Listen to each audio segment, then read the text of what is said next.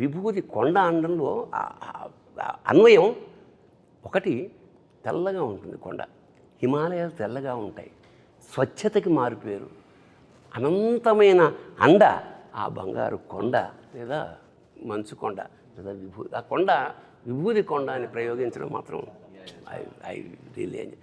అలాగే క్లైమాక్స్లో మనవాడు రాసిన సంస్కృతి పల్లవి ఏంటి పల్లవి ఒకసారి అను.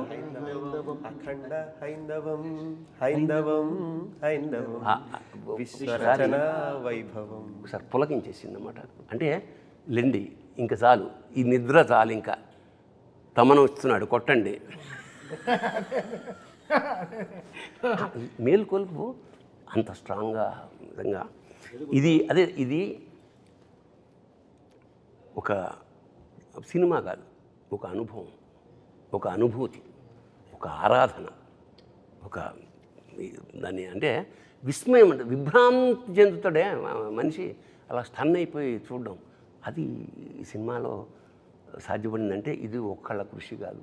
ఎప్పుడైనా సరే కెప్టెన్ ఆఫ్ ద షిప్ అని డైరెక్టర్ ఉంటారు, ప్రొడ్యూసర్ ఏమన్నా ఓనర్ ఆఫ్ ద షిప్, మిగతా అందరూ నడిపారు పడవని. ఎంత పరమేశ్వరుడి కృప ఉంది పైన.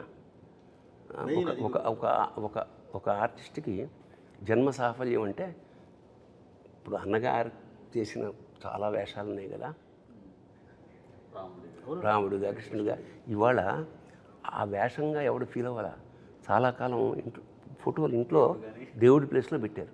అలాగా ఒక చేతన, ఒక విస్మయం కలిగించిన బాలకృష్ణ జీవితంలో ఇది వెనక్కి తిరిగి చూసుకుంటే మాత్రం. కథ మొదలైనప్పుడు డైరెక్టర్ గారు మాట్లాడారు, ఎప్పుడు ముగింపు వాక్యాలు గొప్పగా రాస్తాం కదా, అంటే మనం ఎక్కడ మొదలు పెడుతున్నాం అన్నదే చాలా గొప్ప విషయం. దీంట్లో మొదటి మాటగా ఆయన రాశారు, శివుడు సాధ్యం మనం సాధనం అని. అంటే అది అక్కడ మొదలైంది కథ, అక్కడ పుట్టింది కథ. బాలయ్య గారి గురించి ఇప్పుడు గురుగారు ఒక మాట చెప్తారు సార్, అంటే ఆ కలశంలో ఉంది అమృతం అయితే ఆఖరి చుక్కలో కూడా అమృతమే ఉంటుంది. అదే కదా, అంటే మనం ఎంత చెప్తున్నాం, మూసేవారు ఎవరు, గోవర్ధనగిరిని చిటికెన వేలు మీద నిలబెట్టేవారు ఎవరు ఉండాలి కదా, ఎవరో ఒకళ్ళు ఉండాలి కదా. దాని గురించి చెప్తూ మహాభారతంలో తిక్కనంత గొప్ప పద్యం ఉంటుంది, యవ్వాని వాకిట నిభమద పంకంబు రాజభూషణ రజోరాజి నడగు అని. అంటే అలాంటి వ్యక్తి బాలయ్య బాబు తోటి ఏ మాట చెప్పిస్తే అది ప్రణవమై మోగుద్ది అనేది అద్భుతంగా ఆయన ఇంటర్ప్రిట్ చేస్తున్నారు. డిజైన్ అదే చెప్తాను, అంటే మన తిరుపతి కొండకి బస్సు వెళ్తుంది, వెనకాల ఘాట్ ఎలిజిబుల్ అని రాసి ఉంటుంది, ఇది బస్సు కరెక్ట్గా డివోటీస్ని పైకి తీసుకెళ్ళడం. సో అలా ఇక్కడ డిజైన్ ఉంటుంది, ఓకే ఇతను ఎలిజిబుల్. ఈ సినిమా పూర్తి అవ్వడంలో ఒక ఎలిజిబిలిటీ ఉంటుంది. సో ఓకే బోయపాటి గారికి శక్తి ఉంది ఈ సినిమాని వెళ్ళి ఇంతమంది ఇంత వరల్డ్కి చెప్పడం, తమకి శక్తి ఉంది ఇలా దీన్ని ఇది చేయడం. ఇది బికాస్ అఘోర మంత్రాలు పాడడం చాలా రేర్ స్వామి. అసలు ఆ ఎనర్జీ పడుకోనివ్వదు, ఫ్రెష్గా ఉంటుంది. నేను పడుకోలేదు బట్ ఫ్రెష్గా ఉన్నాను, 24 గంటలు అసలు ఫ్రెష్గా ఉన్నాను.